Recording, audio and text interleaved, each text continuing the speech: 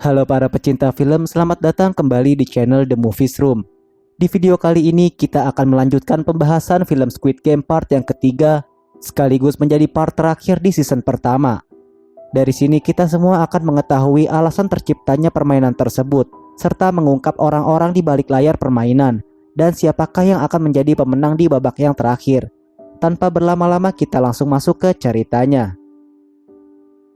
Setelah selesai dari permainan kelereng, semua peserta kembali ke ruangannya. Mereka dibuat kaget dengan keberadaan Miryong yang masih hidup.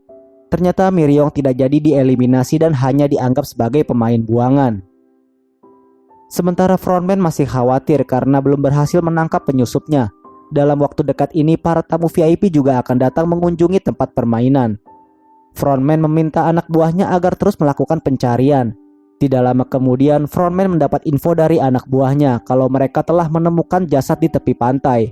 Dari jasad tersebut ditemukan sebuah kartu identitas detektif milik Junho. Frontman kini telah mengetahui bahwa si penyusup merupakan anggota kepolisian. Singkat waktu, para tamu VIP telah hadir. Mereka juga mengenakan topeng agar identitas mereka tetap menjadi rahasia.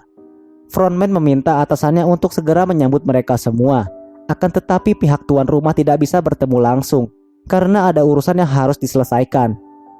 Akhirnya frontman mengambil alih untuk bertemu dan melayani para tamu terhormat mereka. Orang-orang inilah yang menginvestasikan kekayaan mereka untuk menyaksikan sebuah permainan. Uang tersebut yang kini terkumpul merupakan hasil taruhan mereka dari awal permainan.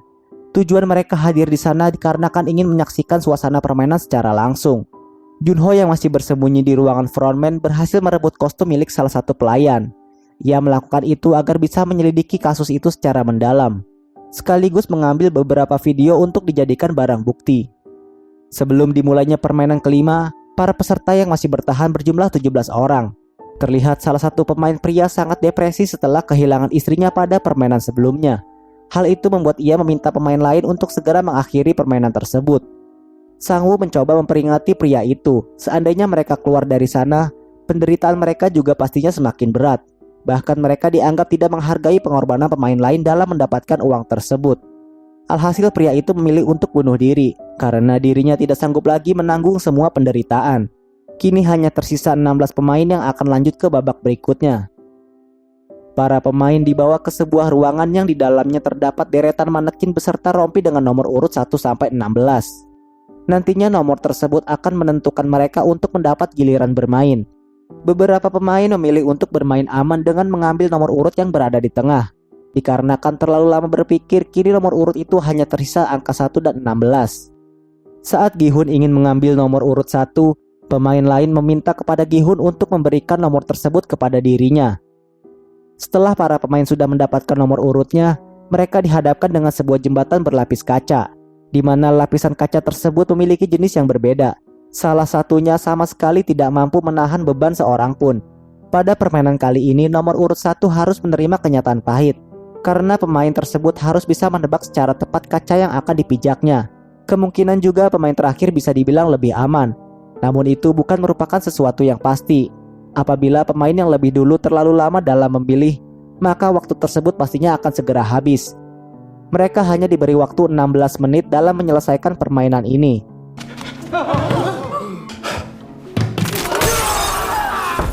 Banyak dari mereka yang salah dalam melangkah, sehingga membuat mereka satu persatu jatuh dan tewas.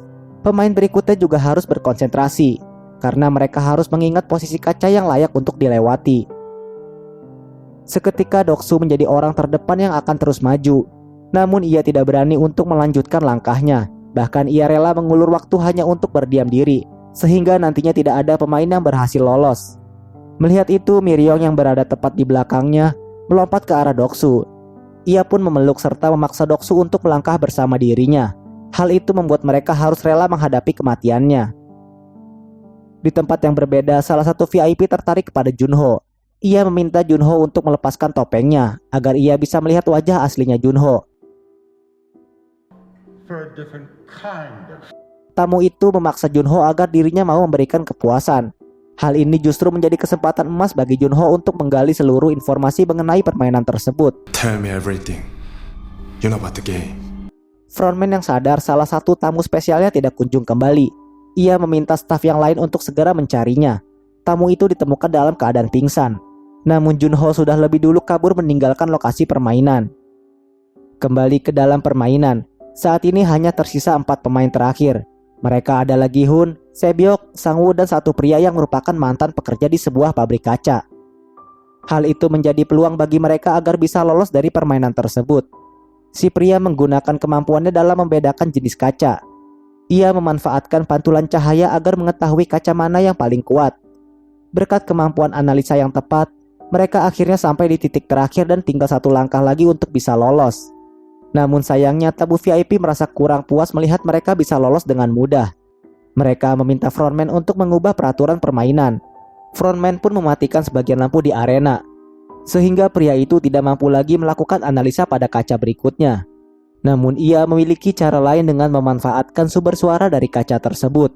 Pria itu meminta benda keras yang bisa menghasilkan suara apabila dipantulkan ke kaca. Gi-hun yang masih menyimpan 1 buah kelereng langsung memberikannya kepada si pria itu. Namun si pria butuh 2 benda agar bisa mengetahui 1 suara lagi. Dikarenakan terlalu membuang waktu, Sang-woo langsung mendorong pria itu tepat ke arah kaca yang rapuh. Akhirnya mereka bertiga mampu menyelesaikan permainan sebelum jembatan tersebut dihancurkan. Serpihan kaca yang berhamburan membuat bagian tubuh mereka mendapati luka goresan. Salah satu staf memberitahu frontman kalau penyusup tersebut telah kabur dengan menyelami dasar laut. Akhirnya frontman mengambil tindakan untuk memburu penyusup menggunakan perahu boot. Junho yang lebih dulu sampai di sebuah pulau, ia mencoba mencari sinyal agar bisa menghubungi ketuanya untuk segera mengirimkan bantuan. Sekaligus ia juga mengirim beberapa bukti video dari ponselnya. Singkat waktu, frontman serta anak buahnya berhasil menemukan jejak perginya Junho. Mereka langsung melakukan penelusuran di pulau tersebut. Sebelum bantuan datang menyelamatkan Junho, dirinya lebih dulu tertangkap basah oleh frontman. Dalam keadaan terdesak, Junho mengancam mereka dengan mengatakan kalau dirinya telah melaporkan kasus permainan ini kepada pihak kepolisian. Frontman mencoba membicarakan hal itu secara baik-baik. Akan tetapi Junho lebih dulu menembak si frontman. Tak disangka orang yang selama ini mendapati julukan frontman merupakan kakak kandungnya Junho yang selama ini ia cari. Junho menanyakan alasan kakaknya mengapa ia melakukan hal seperti ini. Sayangnya Junho yang belum mendapatkan jawaban dari kakaknya langsung ditembak hingga jatuh ke laut.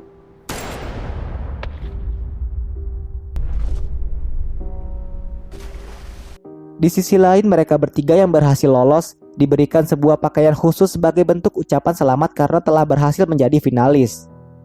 Saat mengganti pakaian, ternyata Sebyok mendapati luka yang sangat serius. Sebuah pecahan kaca besar akibat ledakan tadi tertancap pada bagian perutnya, sehingga membuat Sebyok harus membungkus lukanya. Saat pemain sudah mengenakan pakaian istimewanya, mereka dilayani oleh para staf layaknya tamu hotel berbintang. Beberapa makanan serta minuman mewah yang telah dihidangkan membuat Sang-woo dan Gi-hun makannya secara lahap. Namun berbeda dengan Sebyok yang terlihat sama sekali tidak menikmati hidangan tersebut. Setelah acara makan bersama selesai, para staf membereskan semua perlengkapan dan hanya menyisakan sebuah pisau di hadapan mereka. Di ruangan mereka sama sekali tidak bisa beristirahat, dikarenakan takut salah satu dari mereka ada yang mencoba menyerang. Namun Gi-hun berusaha menghampiri Sebyok dengan tujuan untuk bekerja sama dalam memenangkan permainan. Gi-hun terlihat kesal dengan sikap Sang-woo yang selalu egois dalam menyingkirkan pemain lain. Sebyok membuat sebuah perjanjian kepada Gi-hun. Apabila nantinya salah satu dari mereka berhasil menjadi pemenang, mereka harus bisa saling menjaga keluarganya. Gi-hun yang menyadari Sang-woo sedang terlelap, berniat secara diam-diam untuk membunuhnya. Tetapi Sebyok menghentikan tindakan tersebut, sebab ia tahu kalau Gi-hun merupakan tipikal orang yang masih memiliki hati nurani. Tiba-tiba kondisi Sebyok mendadak drop. Gi-hun baru menyadari kalau Sebyok sedang terluka parah yang membuat dirinya kehilangan banyak darah. Gi-hun yang panik langsung berlari untuk meminta bantuan.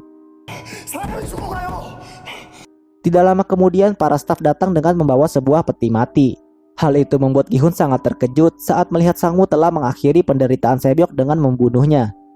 Kejadian itu membuat Gi-hun sangat marah dan ingin segera menghabisi Sang-woo dengan pisaunya.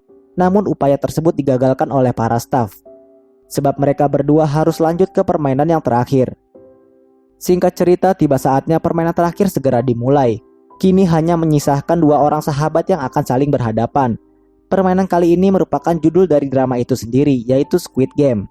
Kebetulan permainan ini merupakan sesuatu yang sudah tidak asing bagi keduanya, sebab mereka seringkali memainkannya pada saat mereka masih anak-anak.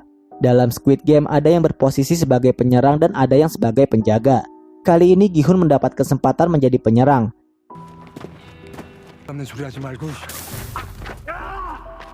Mereka berdua juga telah menyiapkan pisau sebagai alat bertahan diri. Di bawah derasnya hujan, perkelahian di antara mereka semakin sengit. Serangan demi serangan mereka lakukan satu sama lain. Sampai seketika Sang-woo berhasil melukai Gi-hun dengan menikamnya. Namun hal itu tidak membuat Gi-hun menyerah. Ia berhasil melakukan serangan balik hingga membuat Sang-woo tidak mampu lagi memberikan perlawanan. Dengan pisau yang tertancap di tangannya, Gi-hun berusaha menghabisi nyawa sahabatnya sendiri.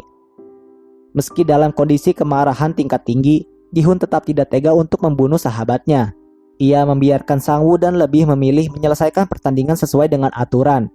Tinggal satu langkah terakhir, Gi-hun malah mengurungkan niatnya, lalu kembali menuju Sang-woo dengan tujuan untuk mengakhiri permainan tersebut. Gi-hun lebih memilih keluar bersama sahabatnya dibandingkan harus menjadi seorang pemenang. Sang-woo yang menolak ajakan Gi-hun langsung mengambil pisau dan menikam dirinya sendiri. Sebelum kepergiannya, Sang-woo berpesan agar Gi-hun mau menjaga ibunya. Pada akhirnya Gi-hun resmi dinyatakan keluar sebagai pemenang. Gi-hun langsung dikembalikan ke tempat asalnya bersama dengan hadiah yang sudah dijanjikan. Meski Gi-hun saat ini memiliki uang yang sangat banyak, namun ia tidak lagi bisa merasakan yang namanya kebahagiaan. Apalagi setelah melihat ratusan orang meninggal termasuk rekan sekaligus sahabatnya sendiri.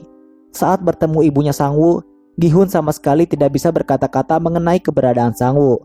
Bahkan saat Gi-hun tiba di rumahnya, ia menemukan ibunya dalam kondisi tidak bernyawa. 1 tahun telah berlalu, penampilan Gi-hun sungguh tidak terawat. Ia bahkan sama sekali tidak menikmati uang tersebut dan lebih memilih menjalani hidup seperti pada saat sebelum bergabung dalam permainan. Saat Gi-hun sedang duduk di pinggiran sungai, seketika datang ibu-ibu penjual bunga untuk menawarkan dagangannya kepada Gi-hun. Ia pun membeli satu bunga tersebut. Gi-hun menyadari di bunga itu terdapat sepucuk surat dengan bentuk sama persis seperti kartu undangan permainan. Di surat itu tertera sebuah alamat yang Gi-hun harus segera kunjungi. Setibanya di alamat tersebut, ia melihat seorang pria tua sedang terbaring lemah dengan dilengkapi beberapa alat medis. Ternyata orang itu merupakan kakek Il-nam yang sedang menjalani perawatan. Padahal yang Gi-hun tahu bahwa kakek Il-nam seharusnya sudah tereliminasi pada saat bermain bersama dirinya. Selama ini kakek Il-nam lah yang menjadi tuan rumah sekaligus atasan dari frontman beserta anak buah lainnya. Di satu sisi kakek Il-nam merupakan salah satu orang yang memiliki banyak uang, namun ia sama sekali tidak bisa menikmati kebahagiaan dengan semua uangnya. Hal itu yang membuat kakek Il-nam memikirkan cara lain untuk bersenang-senang. Ia begitu rindu suasana masa kecil yang penuh dengan kebahagiaan. Bersama dengan anak sebayanya, waktu demi waktu ia habiskan hanya untuk bermain. Setelah mengetahui kini dirinya sudah semakin tua, ditambah penyakit tumor otak yang membuat usianya semakin singkat, kakek Il-nam mencari kesenangan dengan cara membuat sebuah arena permainan bersama dengan orang-orang kaya lainnya. Bahkan ia turut ikut serta menjadi salah satu pemain agar bisa bermain bersama peserta lainnya. Hal itulah yang kakek Il-nam impikan sebelum ia meninggal dunia. Gi-hun sempat marah setelah mengetahui semua pernyataan dari kakek Il-nam. Namun kakek Il-nam tidak pernah memaksa siapapun untuk ikut bermain. Kakek Il-nam juga tidak lupa berterima kasih kepada Gi-hun sebab kebahagiaan yang ia dapat di sisa waktunya merupakan ketulusan dari seorang Gi-hun yang rela menjadi teman bermainnya. Tidak lama setelahnya kakek Il-nam menghembuskan nafas terakhirnya. Gi-hun yang kini mulai merubah kehidupannya teringat sebuah janji yang pernah dikatakan oleh Sebyok dan Sang-woo. Ia lantas menjemput adiknya Sebyok yang berada di panti asuhan dan menitipkannya kepada ibunya Sang-woo. Bahkan ia juga memberikan satu koper yang berisikan uang sebagai pelunasan hutangnya kepada Sang-woo. Gi-hun yang akan berangkat ke Amerika dengan tujuan menemui putrinya, seketika melihat pria misterius itu lagi di lokasi yang sama. Gi-hun mendapati kartu yang sama dari orang yang akan menjadi target permainan berikutnya. Ia langsung menghubungi nomor tersebut dan berjanji akan memberikan pelajaran kepada mereka atas apa yang telah mereka lakukan kepada orang-orang yang tidak bersalah. Part terakhir pun selesai. Sekian dulu pembahasan dari film Squid Game. Kalau kalian suka dengan channel ini, silahkan klik tombol like dan subscribe-nya ya. Gue pamit undur diri, sampai bertemu lagi di video selanjutnya.